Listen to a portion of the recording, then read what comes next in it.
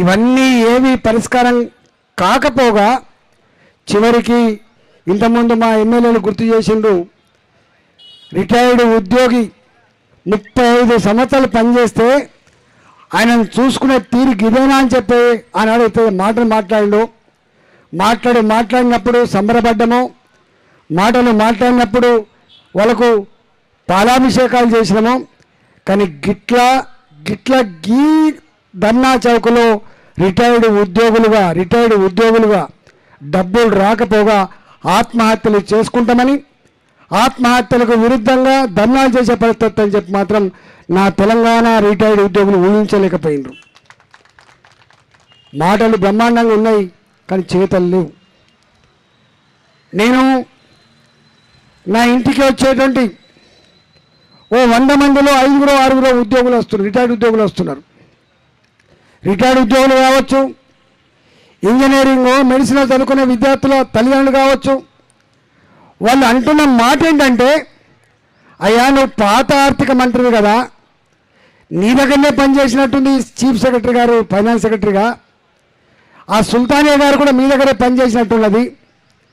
మీరు చెప్తే నా పని అవుతుందట అని చెప్పి నా దగ్గరికి రిటైర్డ్ ఉద్యోగులు వాళ్ళ బెనిఫిట్స్ కోసం మొన్న మా మిత్రుడు క్లోజ్ ఫ్రెండ్ అన్నాను, నేను ఇంకొక 1 ఇయర్లోనో 2 ఇయర్స్లోనో రిటైర్డ్ కాబోతున్నా, నేను నిజాయితీగా పనిచేసిన అధికారిని, నాకు ₹1 లేదు, నువ్వన్నో 10 లక్షలు 20 లక్షలు అప్పివ్వు, లేకపోతే నాకు రుణం ఇప్పి అని చెప్పి నాకు వచ్చి నువ్వు ఒక మెసేజ్ పెట్టు అంటే పెట్టనే అని చెప్తే మెసేజ్ పెట్టిన. నేను అనేక సార్లు చీఫ్ సెక్రటరీలకి, అనేక సార్లు ఆర్థిక కార్యదర్శులకి, మేము మాజీ మంత్రులం కదా, మాకు ఇంత గౌరవం ఉంటుందేమో, మా మాట వింటారు అని చెప్పి మేము పెట్టినాం.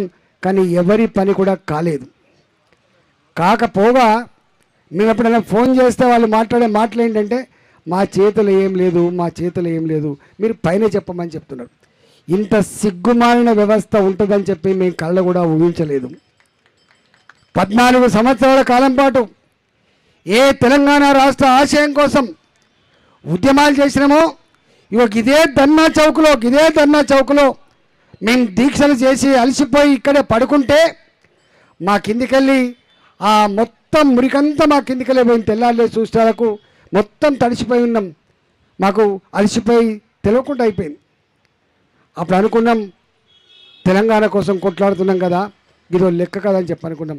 అంటే గంత కష్టపడి తెచ్చుకున్న తెలంగాణ, బలిదానాలు చేసుకొని తెచ్చుకున్న తెలంగాణలో కానీ ఇవాళ రేవంత్ రెడ్డి సర్కార్ గిట్ల కన్నీళ్లు పెట్టుతాయని చెప్పి మాత్రం ఎవరు ఊహించలేదు. కానీ ఇది రేవంత్ రెడ్డికి, వీళ్ళు రిటైర్డ్ ఉద్యోగులే కావచ్చు కాక, వాళ్ళు ఎక్కువ నీ సచివాలయం ముందు ధర్నాలు చేయడానికో, నీ సచివాలయ గేట్లు ఎక్కి ఉద్యమాలు చేయకపోవచ్చు, కానీ వాళ్ళకు పదునైన ఒక ఆయుధం ఉంటుంది, వాళ్ళకు లక్షల మందిని కదిలించగలిగినటువంటి ఆయుధం ఉంటుంది. ఆ ఆయుధంతో నీ పడతారని చెప్పి ఈ సందర్భంగా హెచ్చరిస్తా ఉన్నా. ఈరోజు 2018లో అనుకుంటే ఒకసారి నేనే ముఖ్యమంత్రి గారికి ఒక మాట చెప్పిన, అయ్యా మీరు ముఖ్యమంత్రులు, మీకు ఎవరు ఎదురు చెప్పద్దు, కానీ విషయం అయితే తప్పకుండా మీకు చెప్పాలి, చెప్తే ఏ వ్యూ నువ్వు తీసుకుంటుండొచ్చు అని చెప్పి నేను ఒకసారి చెప్పిన.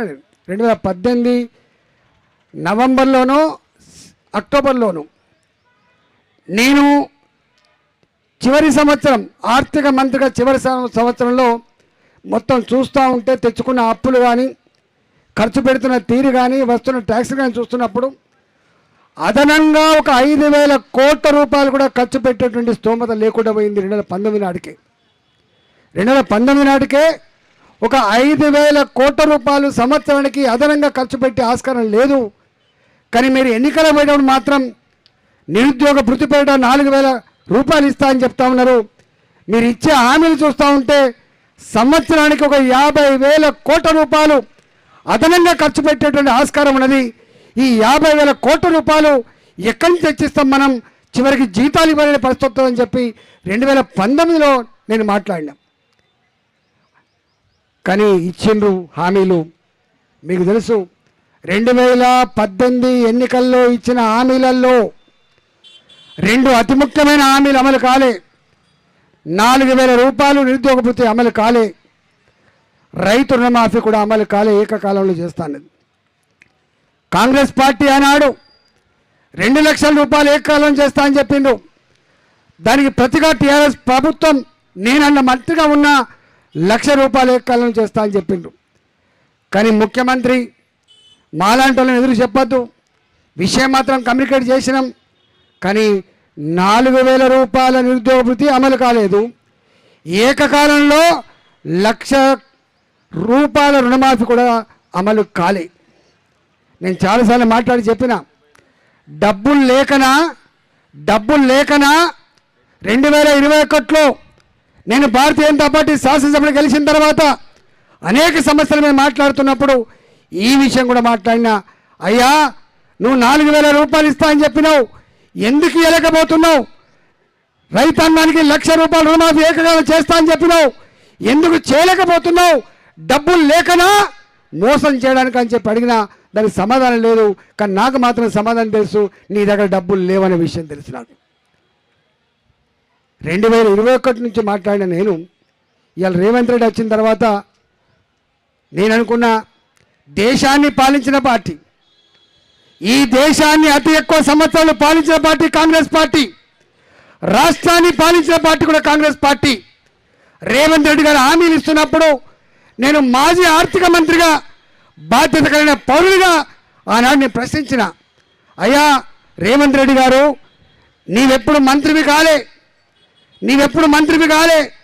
నీవెప్పుడు అధికార పార్టీలో లేవు, నీకు విషయ పరిజ్ఞానం ఉందో లేదో నాకు తెలియదు. కానీ నీవిచ్చే హామీలు చూస్తూ ఉంటే, నీ డిక్లరేషన్ చూస్తూ ఉంటే కేసీఆర్ మాట మళ్ళీ గుర్తొస్తుంది, నాకు 2018 గుర్తొస్తూ ఉంది అని చెప్పి నేను మాట్లాడినా.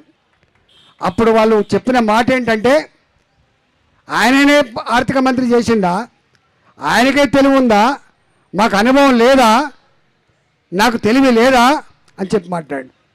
నేను అంటున్నా, ఆ రోజు ఈ మాట అంటే నేను వెంటనే చెప్పిన, మీరు ఇచ్చిన హామీలు, కాంగ్రెస్ పార్టీ మేనిఫెస్టోలో పెట్టిన హామీలు, నీ డిక్లరేషన్లో ఇచ్చినటువంటి హామీలు అమలు కావాలంటే మొట్టమొదటి సంవత్సరం కావాల్సింది 1,00,000 కోట్ల రూపాయలు అని చెప్పిన, 1,00,000 కోట్ల రూపాయలు అని చెప్పిన. ఇనొస్తుందా అని ఎవరో లేచి ఇట్లా అంటున్నారు, ఇనొస్తుందా?